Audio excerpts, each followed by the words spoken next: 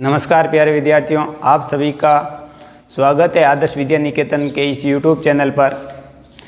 पिछले वीडियो में हमने समास के बारे में सामान्य जानकारी प्राप्त की थी और उसी जानकारी को आगे बढ़ाते हुए हम यानी समास के भेदों में भी प्रमुख रूप से कक्षा 10 के अध्ययन की दृष्टि से आज हम अव्ययीभाव समास के बारे में जानकारी प्राप्त करेंगे। तो अव्ययीभाव समास के बारे में पिछले वीडियो में हमने अव्ययीभाव समास में कितने अवयव प्रयुक्त होते हैं, कौन सी विभक्ति लगती है, कौन सा वचन लगता है, किस प्रकार लगता है या नहीं लगता है, उन सब के बारे में जानकारी प्राप्त की। एक चीज़ मैं आपके सामने ये रिपीट करना चाहता हूँ कि अव्ययीभाव समास में पहला पद क्या होता है आपको याद रखना है। इनके दो सूत्र याद रखने हैं। एक तो समस्त पद का, समस्त पद क्या होता है, समस्त पद में पहला पद आता है आपके अव्ययी प्लस दूसरा पद आता है आपके संज्ञा शब्द या जिसे बोला जाता है विशेष्य। क्या बोला जाता है? जिसे विशेष्य बोला जाता है या इसे विशेष्य कोई दूसरा नाम हम कहते हैं संज्ञा शब्द कहते हैं। क्या कहते हैं? संज्ञा शब्द। पहला पद और दूसरा पद आता है संज्ञा शब्द या विशेष्य। और समस्त पद आता है, समस्त पद का उल्टा करें तो समास विग्रह होता है, अर्थात विग्रह पद। क्या होता है? विग्रह पद। कौन सा पद है? विग्रह पद। अब विग्रह पद में हम देखें तो विग्रह पद में भी आपके सामने सबसे पहले आता है वो उल्टा हो जाता है, यानी संज्ञा शब्द, संज्ञा शब्द विभक्ति सहित, यानी वि सहित यानी विभक्ति सहित प्लस दूसरा पद आता है। वो कौन सा आता है आपके? दूसरा पद आता है आपके अव्यय का अर्थ, अव्यय का अर्थ। और हमने एक सारणी बना करके पिछले वीडियो में देखी आपने हो, तो सारणी में मैंने 7 अवयवों का प्रयोग करते हुए 7 का अवयवों का अर्थ बताया, उनकी विभक्ति बताई, उनके वचन बताए। तो ये जानकारी हमें विशेष रूप से याद रखनी योग्य है। तो सबसे पहला अवयव के बारे में आज हम अध्ययन करते हैं, वो आता है आपके अव्ययीभाव में निर आता है। कौन सा आता है? निर। निर का अर्थ क्या होता है? निर का अर्थ होता है आपके अभाव। क्या होता है? अभाव, यानी जिसे हम हिंदी में क्या बोलते हैं? कमी या रहित। कोई भी व्यक्ति किसी भी गुण से रहित हो तो निर्गुण, यानी गुणों से रहित, गुणों की कमी। विभक्ति लगती है आपके इसमें षष्ठी। कौन सी लगती है? षष्ठी। वचन लगता है आपके इसमें बहुवचन। कौन सा वचन लगता है? बहुवचनम। षष्ठी विभक्ति बहुवचन में हम देखें तो क्या लगता है? तो किसी भी शब्द यानी जो भी संज्ञा शब्द आते हैं उस संज्ञा शब्द के अंत में क्या लगता है? 2 शब्द आपको याद रखने। एक आता है आनाम और एक आता है आणाम। अनाम और आणाम। अभी इसमें आपको एक विशेष रूप से याद रखने योग्य चीज कौन सी है कि आनाम आणाम का प्रयोग कहाँ होगा? तो कहीं भी किसी भी शब्द में री रे से की मात्र हो तो अण होता है और वरना न होता है। ये आपको याद रखना है। अब हम इनमें देखें तो कुछ अपवाद भी आते हैं, यानी उनको अपवाद बोला जाता है, लेकिन अपवाद नहीं होकर के वो एक नियम के अनुसार होते हैं। जैसे यह आपके सामने आ गया, सबसे पहला उदाहरण आ गया निर्जनम। इनमें दोनों पदों को अलग अलग करो। ये क्या है? समस्त पद है। किस प्रकार का पद है? समस्त पद। अब समस्त पद है तो इनको अलग करेंगे तो सबसे पहला बनेगा आपके नीर प्लस जन्म। यही होगा। संधि करें तो नीधन जन्म, नीर धन जन्म। अब अव्यय क्या होते हैं? अव्यय का यानी दूसरा रूप, उपसर्ग का दूसरा रूप अव्यय कहते हैं। और उपसर्ग होते हैं वो किसी भी धातु से पहले प्रयुक्त होते हैं और उपसर्ग में उस शब्द के अनुसार, मूल शब्द के अनुसार ही अव्यय का अर्थ निकलता है, लेकिन इसमें अव्यय का अर्थ अपने अनुसार चलता है। जैसे निर्जनम आ गया, संज्ञा शब्द जन, जन के साथ में री रे से नहीं है तो अनाम लगा दो। नाम क्या मिलकर बना? जना नाम। निर का अर्थ आप लगाओगे तो क्या बनेगा? अभाव। जननाम अभाव, यानी निर्जनम, जननाम अभाव, लोगों की कमी। अगला आपके सामने आता है निर्मक्षिकम। कौन सा आता है? निर्मक्षिकम। अब इनमें देखो दोनों पद निर धन मक्षिकम। मक्षिकम का मूल शब्द मक्षिक, मक्षिक। अब अक्ष, अक्ष की रूप किससे मिलकर बना? क धन स, क धन स।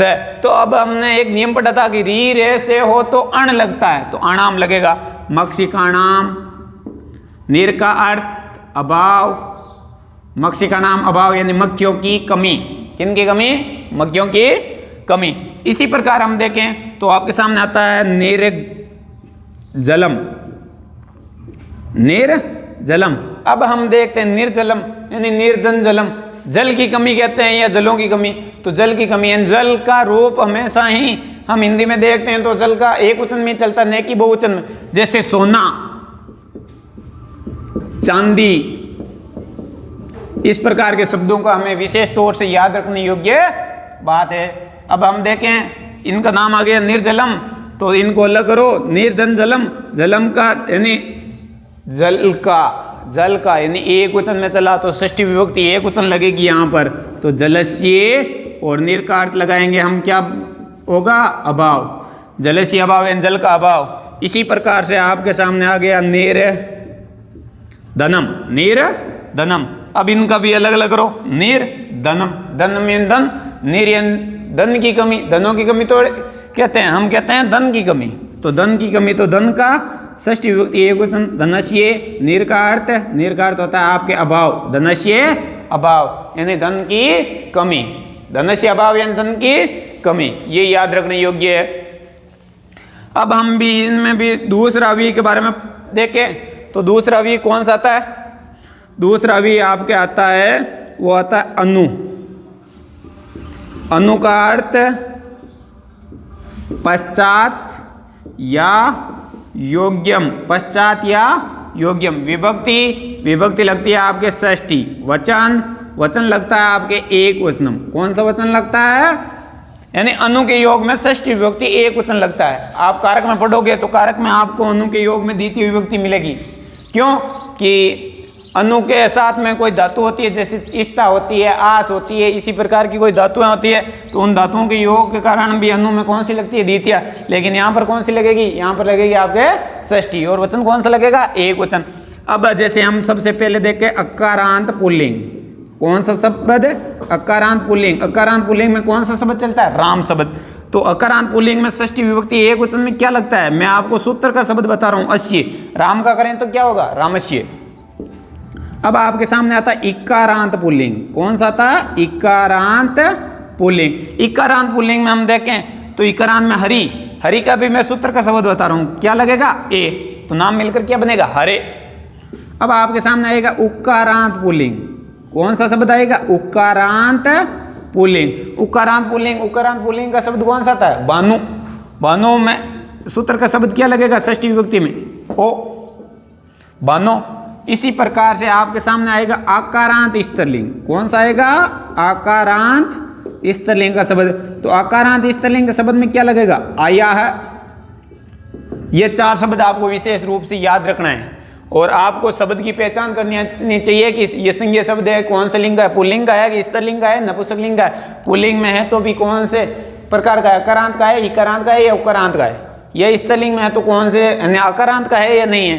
तो स्त्रीलिंग के जो भी शब्द आएंगे वो आपके सामने आकारांत के भी आएंगे। अब हम इनके देखें तो जैसे नाम आ गया अनुरथम, अनुरथम। दोनों शब्द देखो, एक नाम आया अनुरथम, दोनों पद अलग अलग किए, अनुदन रथम। मूल शब्द किया बच्चा, संज्ञा शब्द रथ। अब रथ में अंत में किसकी मात्रा आ रही है? अ की। तो अ की मात्रा, तो रथ किस लिंग का होता है? नपुंसक लिंग का होता है। तो अकारांत पुल्लिंग और अकारांत नपुंसक लिंग में तृतीय विभक्ति से लेकर सप्तमी विभक्ति तक एक समान ही चलते हैं। अनुदन रतम, रतम का षष्ठी एक वचन रतस्य। अनु का अर्थ रथ के पीछे होता है या रथ के योग्य होता है? तो आपको याद रखना है कि रथ के पीछे होता है, तो रतस्य पश्चात। अब इसी प्रकार से आपको एक उदाहरण और देखें इकारांत पुल्लिंग का। इकारांत पुल्लिंग में आपके सामने आता है अनुहरि। कौन सा आता है? अनुहरि। अब इनमें देखें मूल शब्द क्या है? अनुदन हरि। हरि में हरि कौन सा? हरि किसकी मात्रा आ रही? ई की। तो इकारांत पुल्लिंग। लिंग का कौन से का बोध कर रहा है? पुल्लिंग का। और पुल्लिंग में भी शब्द है किस प्रकार है? इकारांत है तो हरि का षष्ठी विभक्ति एक वचन हरे। हरि के योग्य होता है या हरि के पीछे? तो योग्य, तो हरे योग्यम, हरे योग्यम। इसी प्रकार देखें हम उकारांत पुल्लिंग में, जैसे नाम आ गया अनु गुरु। क्या नाम आ गया? अनु गुरु। अब इनमें देखें अनु गुरम, गुरु यानी गुरु, मूल शब्द गुरु, गुरु, ऊ की मात्रा, ऊ का उकारांत पुल्लिंग का बहुत करा रहा है तो ऊ का कर देते हैं ओ, तो रे ऊ हटाया, रे बच्चा, रे का किया ओ, रो यानी गुरु, और अनु का अर्थ गुरु के पीछे होता है, ये योग्य, गुरु के योग्य होता, गुरु योग्यम। इसी प्रकार देखें हम तो नाम आता है आपके सामने अनुलतम। कौन सा नाम आता है? अनुलतम। दोनों शब्द अलग अलग करो, एक अनु एक लतम। अनु लतम, लतम का मूल शब्द देखें क्या मिला है? लतम का मूल शब्द मिलेगा आपके लता। तो लता किसकी मात्रा आ रही है? आ की। आ की मात्रा वाला आकारांत। आकारांत में भी कौन सा लिंग का? स्त्रीलिंग का। क्या लगता है? आया है। आदन आ बराबर आ, लता या है, और अनु का अर्थ लता के पीछे होता है, ये योग्य। लता क्या होता है आपके पीछे, लता या है पश्चात। ये आपको विशेष रूप से याद रखना है। इस प्रकार के उदाहरण अनेक है, लेकिन आपको नियम दिमाग में बैठाना और नियम के अनुसार एक एक उदाहरण करना जरूरी है। तो अब हम इनमें भी तीसरा अवयव के बारे में जानकारी प्राप्त करें। तो तीसरा अवयव कौन सा आता है? तीसरा आता है आपके उप। कौन सा आता है? उप आता है। उप का अर्थ क्या होता है? उप का अर्थ होता है आपके पास में, जिसे हम हिंदी में क्या कहते हैं? पास में, और संस्कृत में इसका पर्यायवाची शब्द लगता है, वो लगता है आपके समीपम। लेकिन कारक में आप पढ़ोगे तो समीपम के भी पर्यायवाची शब्द दो मिलेंगे। एक मिलेगा सम्या निक्सा। समीपम के योग में आपकी विभक्ति कौन सी लगती है? समीपम के योग में आपकी विभक्ति लगती है षष्ठी। और दूसरा हम देखेंगे तो आपके सामने समीपम के साथ ही आएगा सम्या या निक्सा। सम्या या निक्सा में द्वितीय, और समीपम में कौन सी लगेगी? षष्ठी लगेगी। अब हम इनमें भी तीसरा अवयव के बारे में। तीसरा अवयव आता है आपके उप। उप का अर्थ समीपम, विभक्ति लगती है आपके षष्ठी। विभक्ति कौन सी लगती है? षष्ठी। और वचन आपके कौन सा लगता है? वचन लगता है एक वचन। यानी वो मैंने जो शब्द पहचान शब्द बताए वो सेम के यानी एक समान ही इसमें प्रयुक्त होंगे, ये याद रखना है। जैसे नाम आ गया उप कुलम, यानी कुल। कुल यानी इसमें होता है किनारा, यानी किनारे के पास। कुल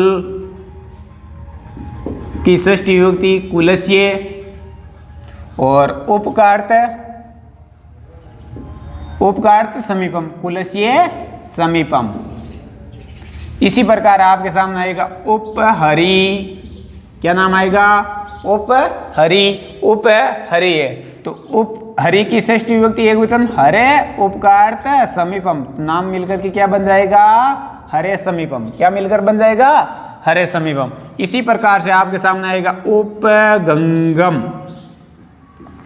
उपगंगम। अब इन दोनों शब्दों को देखो, नाम को देखने से हमें पता चलेगा उपगंगम। गंगम का मूल शब्द क्या होता है? गंगा। क्या होता? गंगा।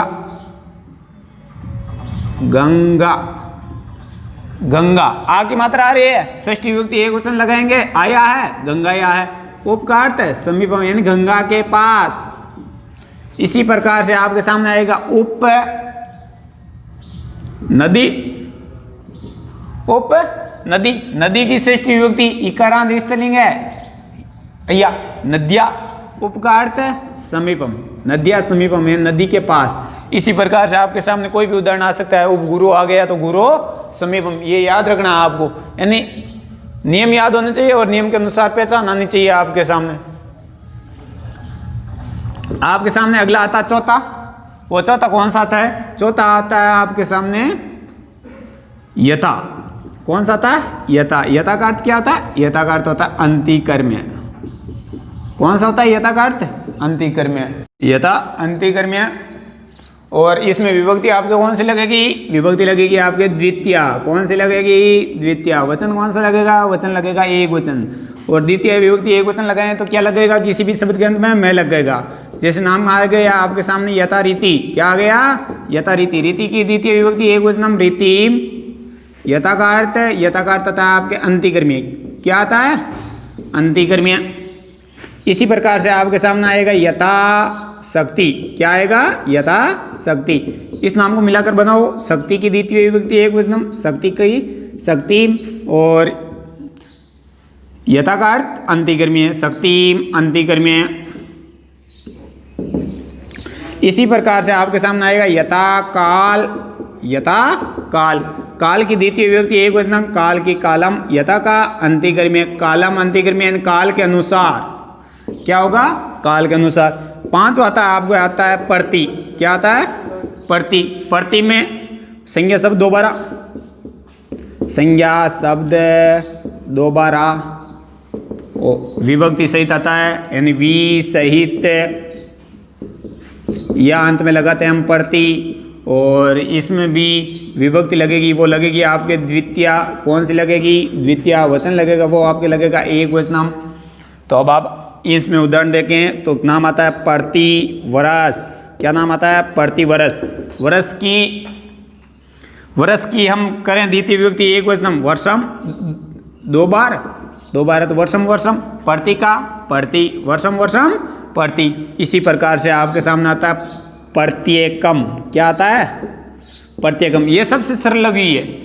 प्रत्येकम की संधि विच्छेद करनी है, एकम एकम, प्रतिधन एकम होता है तो एकम एकम, संज्ञा शब्द दोबारा एकम लगा दिया और अंत में लगाना है हमें प्रति, तो एकम एकम प्रति। इसी प्रकार से आपको उदाहरण करने हैं, वो करने हैं प्रति नगरम का, प्रतिकूलम का, ये प्रतिकूलम है वो हिंदी में प्रयुक्त हो तो प्रतिकूल, कुल के विपरीत, यहाँ पर वहाँ पर बहुवीर्य समास होगा, लेकिन यहाँ पर कौन सा होगा, यहाँ पर आपका अविभाव होगा।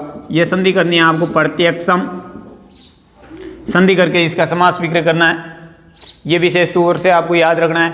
अब हम इनमें भी अगले अवयव के बारे में जानकारी प्राप्त करें तो अगला अवयव आपके सामने आता है, वो आता है कौन सा आता है, वो अवयव आपके सामने आता है सह, कौन सा आता है सह, यानी छठा अवयव आता है आपके सामने सह, सह में शब्द प्रयुक्त होता है वो होता है सह, विभक्ति अर्थ होता है वो होता है आपके सहितम, विभक्ति लगती है आपके तृतीया, वचन लगता है आपके एक वचनम, तृतीय विभक्ति एक वचनम, तो तृतीय विभक्ति एक वचनम में क्या लगेगा एन या एण, अकारांत पुल्लिंग या अकारांत नपुंसकलिंग, ये आपको शब्द मिलेंगे, ये याद रखना है। नाम आता है आपके सामने से चित्रम, क्या नाम आता है से चित्रम, इनमें से अलग अलग रो, सेदन चित्रम, चित्रम की तृतीय विभक्ति एक वचनम, चित्रम की तृतीय विभक्ति एक वचनम लगाओ, चित्रेण, एन किस प्रकार से लगा आपको बताया, री रे से मिले, त्रय है, त्रय किससे मिलकर बना होता है, तय धन रे से, तय धन रे से मिलकर क्या बनता है त्रय, तो चित्रेण सहितम। इसी प्रकार से आपके सामने आता है से तौरम, यानी जल्दी के साथ, तौर की तृतीय विभक्ति तौरेण, से का सहितम, कहीं कहीं पर आपको पासबुक में नाम मिलेगा तौरिया सहितम, तो वो नहीं देख करके हमें ये देख करके करना है। आगे आपके सामने नाम आता है साश्चर्यम, साश्चर्यम अलग अलग रो, सेदन आश्चर्यम, आश्चर्यम की तृतीय विभक्ति आश्चर्येण, से का अर्थ होता है आपके सहितम, आश्चर्येण सहितम, क्या होगा आश्चर्येण सहितम। इसी प्रकार से आप देखोगे तो आपके सामने उदाहरण आएंगे, सानुवादम, सानुवादम, आपके सामने उदाहरण आएंगे से चरित्रम,